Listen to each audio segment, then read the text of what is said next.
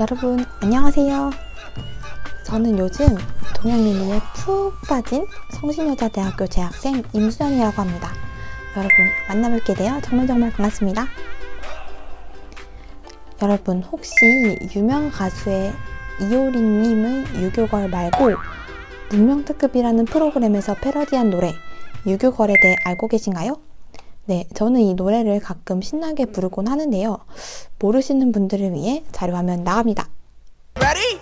Hey girl, girl, girl, hey 유교 girl. 삼강어린 붕우유신 that girl, girl, girl, hey 불교 girl. 마하바냐 바람이던 baby girl. Say what? 오늘은 또 어떤 막을 갈아야 할지, 어떻게 내 사근자 그려야 좋을지.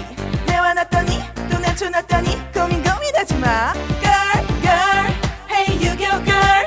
삼강어린 붕우유신 that girl, girl, hey 기도 girl. 주기도문 사도신경 baby girl. 여러분, 이 노래는 저도 가끔 Girl, Hey 유교 girl, 삼강오른 붕으신 that girl 이라고 하며 즐겨 부르곤 하는데요. 여러분은 그렇다면 유교 girl, 유교 boy로서 유교에 대해 얼마나 알고 계신가요? 사실 우리나라 국민 누구도 이 유교라는 단어를 한 번도 들어본 적이 없거나 아예 모르는 사람을 찾기는 쉽지 않을 겁니다. 그만큼 우리에게 유교가 그리 낯설진 않은 단어인데요. 그렇다면 여기서 한번 여쭤볼까요? 여러분, 유교하면 뭐가 떠오르시나요?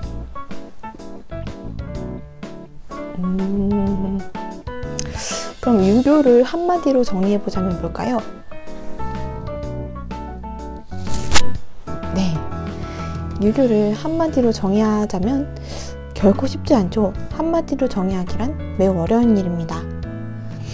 이렇게 익숙하지만 정의하기는 곤란한 유교라는 사상과 이 유교를 처음으로 만들었다고 하는 공자라는 사상가에 대해 지금부터 자세히 알아보도록 하겠습니다. 그런데 그 전에 잠깐! 유교를 알기 전에 유교를 현대의 서구적인 관점에서 보면 이해되지 않은 측면이 아주 많습니다. 현대 한국 사회에서도 세계화가 진행됨에 따라 서양의 철학이 상당히 많이 받아들여졌기 때문인데요. 그래서 보다 유교를 잘 이해하기 위해서는 동양적인 세계관에 대해 먼저 이해할 필요가 있습니다. 네, 우선 세계관이란 말이 뭘까요?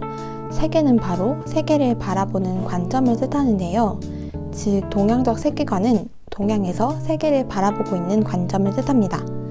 서양적 세계관과 동양적 세계관은 무엇이 다를까요?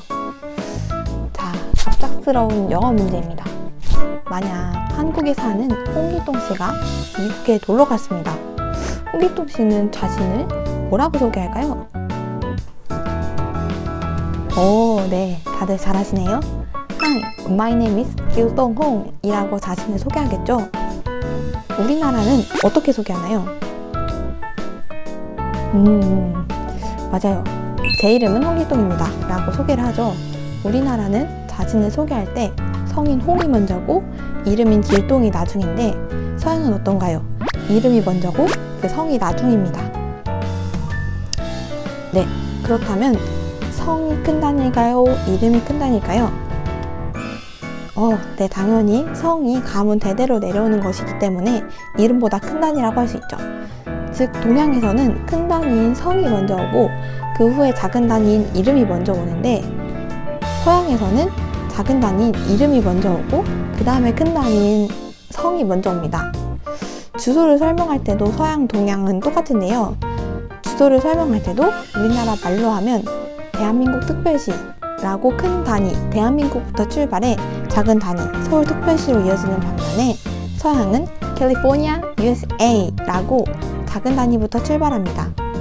즉, 동양은 큰 단위가 앞에 오면서 대한민국이라는 공동체를 1차적 관심사로 삼고 그 세부적으로 들어간다면 서양은 그 작은 단위가 앞에 와서 각각의 작은 요소부터 살펴본 다음에 큰 단위로 갑니다.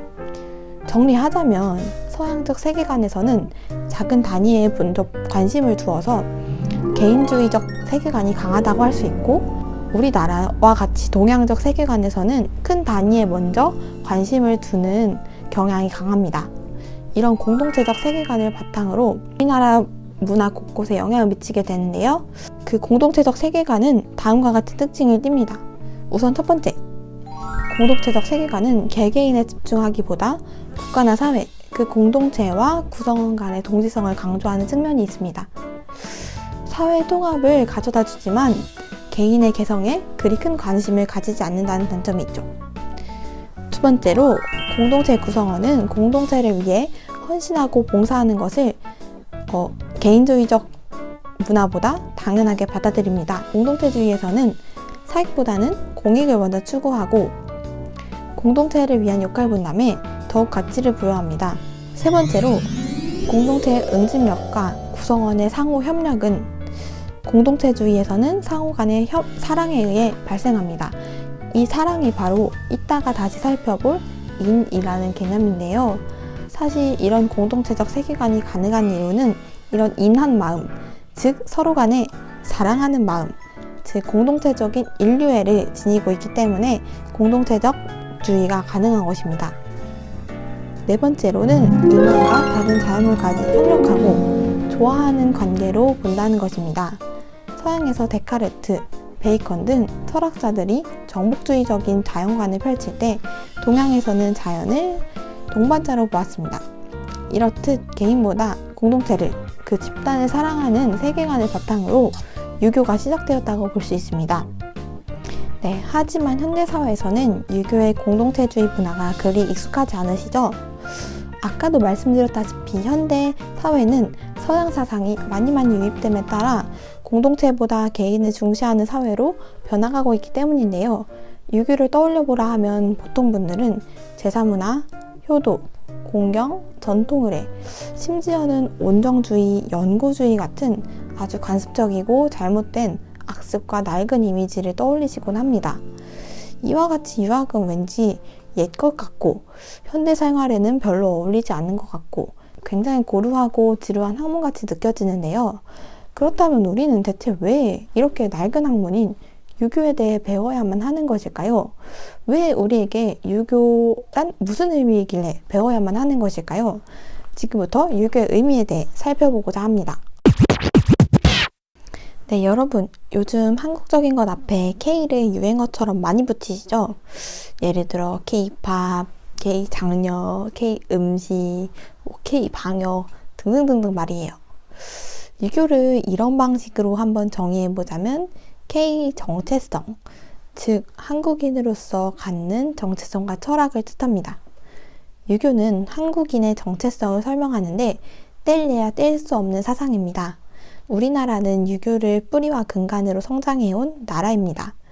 제가 그 증거를 지금 당장 보여드릴게요. 자, 여러분, 2,000원권 지폐와 5,000원 지폐가 보이십니까? 자, 어떠십니까? 돈은 보기만 해도 기분이 좋죠? 네, 그런데 지금은 그게 중요한 게 아니라 여기 이 화폐에 그려진 인물분들에 대해 집중해주세요. 이분들은 누구실까요?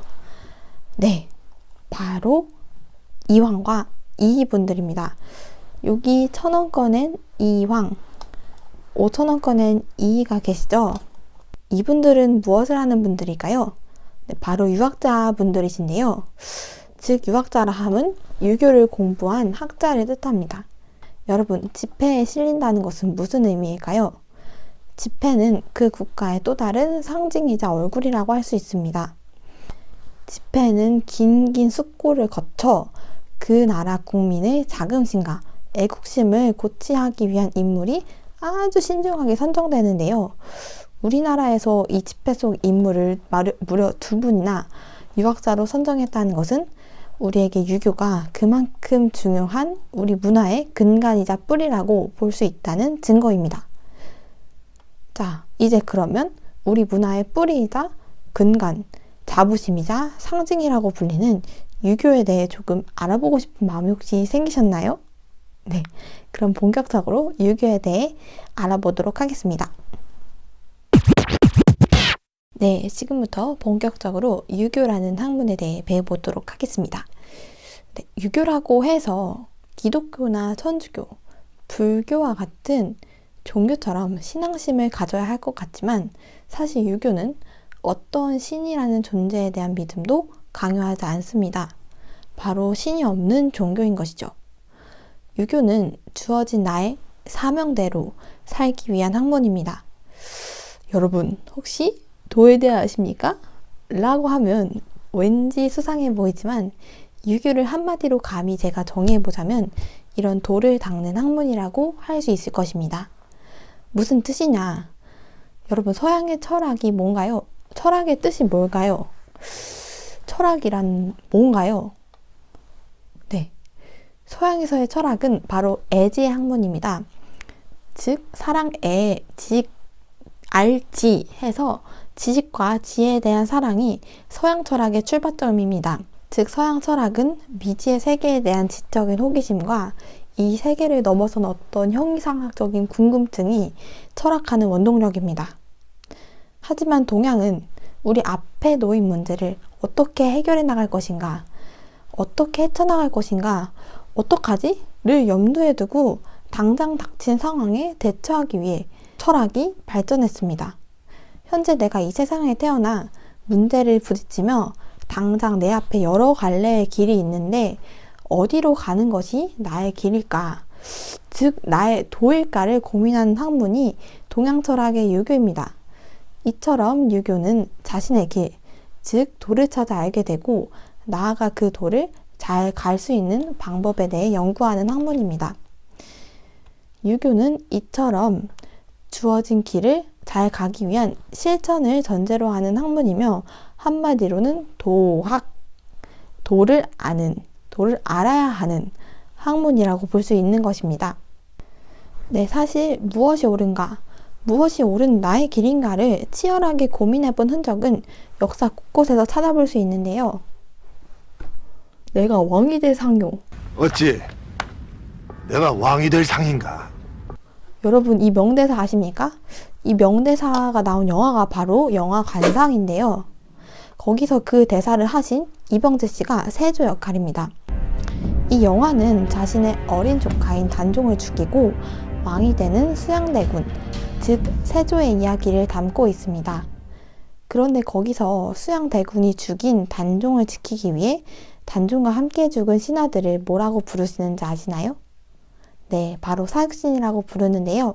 사실 이 신하들은 그냥 어린 왕을 버리고 새로운 왕에게 복종하고 세조에게 막 아첨한다면 살아남을 수 있었을 거예요. 그런데 왜 굳이 죽음을 자처한 것일까요? 왜 굳이 단종을 따라 죽은 것일까요?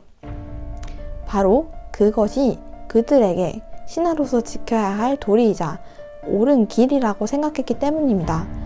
신하로서 마땅히 걸어가야 할 길, 지켜야 할 도를 묵묵히 지키기 위해 목숨이라도 희생한 것이죠. 쉴 새 없이 변화가는 상황 속에서 자신이 걸어가야 할 올바른 길을 찾고 왕이면 왕의 길, 신하면 신하의 길, 부모면 부모의 길, 자식이면 자식의 마땅한 길을 걸어가야 한다는 생각이, 자신이 마땅히 해야 할 도리를 다해야 한다는 생각이, 바로 그 생각이 유교의 시작이었습니다. 네, 그러면 이렇게 자신에게 주어진 상황에 대처하기 위해 내가 가야 할 길에 대해 생각하고 옳은 길을 가기 위해 치열하게 고민하던 학문인 유교에 대해 이제 조금은 이해가 가시나요? 자, 그럼 이쯤에서 유교를 창시한 분이자 4대 성인 중 한 분이자 인류의 스승이라고 불리는 한 분, 누구시죠? 네, 공자 선생님을 만나봐야겠죠? 한번 불러볼까요? 하나, 둘, 셋. 공자 선생님! 짠! 네, 여기 등장하셨습니다. 네, 이분의 성함은 무엇일까요? 많은 분들이 공자가 이분의 성함인 줄 아시는데요. 사실 본명은 공구이십니다. 공자의 자는 선생님이란 뜻으로 공자라는 말은 공시성을 가진 선생님 정도의 뜻입니다. 공자는 기원전 5세기 춘추전국 시대의 격동기에 태어나셨어요. 지금으로부터 약 2500년 전에 살았던 분입니다. 공자의 아버지는 하급관리셨던 승량을이고 공자를 낳았을 당시 놀라지 마세요.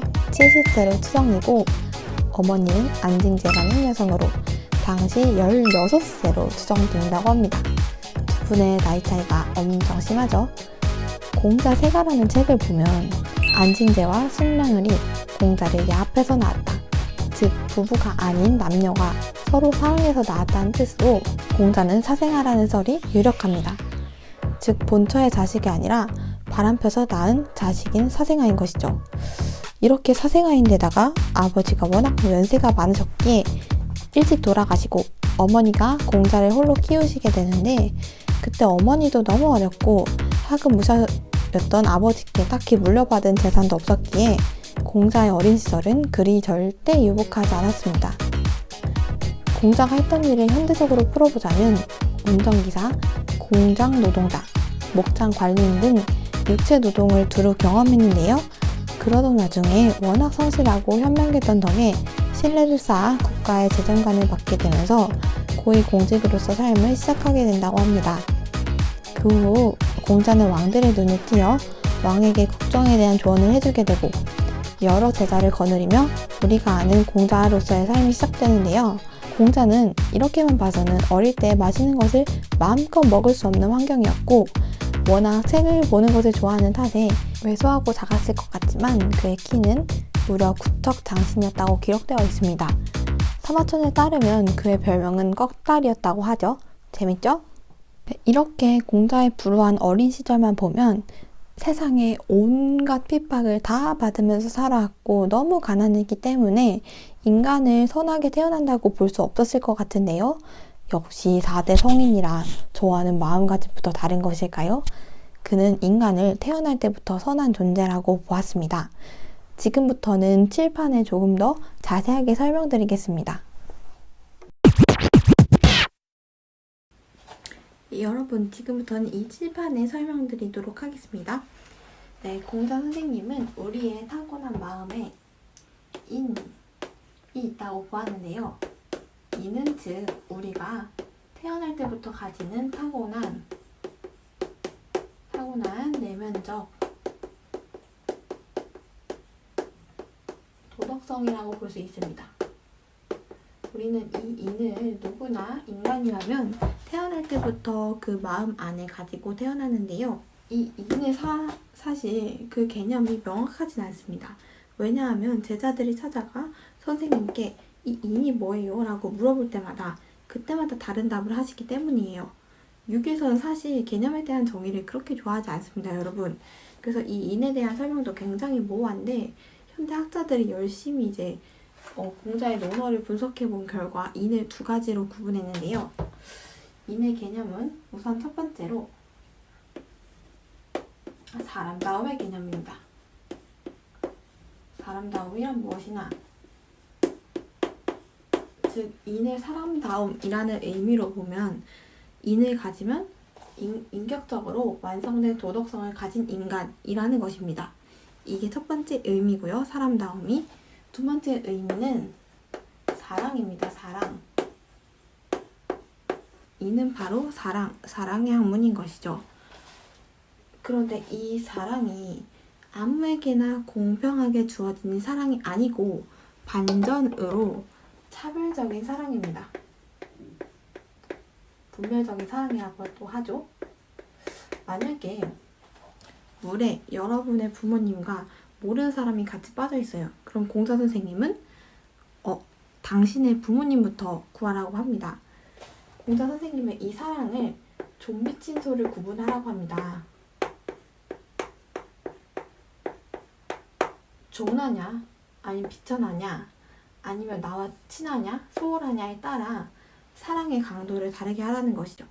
당연히 신하보다는 왕을 더 사랑해야 하고 계급이 낮은 사람보다는 계급이 높은 사람에게 더 예의를 갖추고 충성해야 하고 친하지 않은 사람, 나와 가깝지 않은 사람보다는 가까운 사람에게 더 정성을 다해야 되는 것입니다. 만약에 물에 빠졌을 때 가족이 아닌 다른 사람을 구한다면 그것은 어떤 이익 때문에 구한다고 보고 공자는 별로 좋게 보지 않습니다. 네, 그 다음에는 이 인을 그러면 어떻게 실천하느냐, 우리가 일상생활에서 이 인을 어떻게 실천할 수 있느냐의 방법에 두 가지가 있는데요. 바로 춤과 서입니다. 이건 인의 실천 방법인데요. 춤은 일단 한자가 무엇이냐면 가운데 중자에 마음 심자입니다. 즉 내 마음에 한 가운데에 둔다 라는 뜻이죠. 여러분, 사랑하는 사람이 생겼습니다. 어떻게 할까요? 다른 사람을 바라봐야 할까요? 아니면 그 사람만 바라봐야 할까요? 당연히 그 사람만 바라봐야 되죠. 이처럼 바로 충은 온 정성을 내가 사랑하는 그 사람에게 다한다는 것입니다.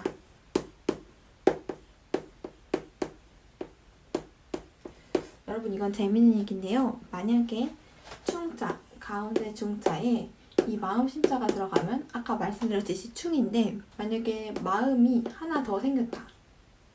그러니까 가운데가 하나 더 생겼다. 내 마음에 가운데가 하나 더 생기면 이거는 근심이 됩니다. 그러니까 사랑할 때는 그 사람에게만 정성을 다해야 되는 것입니다. 그러면 안 돼요. 네, 그럼 선은 무슨 뜻이냐고 하면 이거 같을 여자에, 네, 죄송합니다. 같을 여자에 마음 심자인데요. 즉, 내 마음을 그 사람의 마음과 같게 한다는 뜻입니다. 그래서 이거는 배려입니다. 배려. 그 사람, 사랑한다면 그 사람을 당연히 배려해줘야겠죠? 그래서 충은 온 정성을 다한다는 것이고, 선은 그 사람을 배려한다는 것입니다. 여러분, 공자의 인사상까지 배워봤는데요. 어떠신가요? 평소 유교에 대한 생각이 많이 바뀌셨나요? 유교가 현대 사회에서도 우리의 뿌리로서 그 굳건함을 유지할 수 있다고 생각하시나요? 코로나로 모두가 단절되고 개인주의가 팽배해 공동체라는 개념조차 사라져가는 요즘, 유교의 인사상을 다시 되짚어보며 가족에 대한 사랑을, 이웃에 대한 사랑까지 확대해보는 것은 어떨까요? 지금까지 유교에 대해 살펴보았습니다. 여러분, 재밌으셨나요? 다음에 더 기회가 된다면 이번에 제대로 설명하지 못한 맹자의 유교와 주자의 성리학에 대해서도 자세히 다뤄보고 싶습니다. 제가 동영상 제작이 익숙하지 않아 많이 미숙했는데, 이 미숙한 동영상을 여기까지 신청해 주셔서 진심으로 감사드립니다. 그러면 다음에 또 좋은 컨텐츠로 찾아뵙겠습니다. 감사합니다. 안녕. 조심히 들어가세요.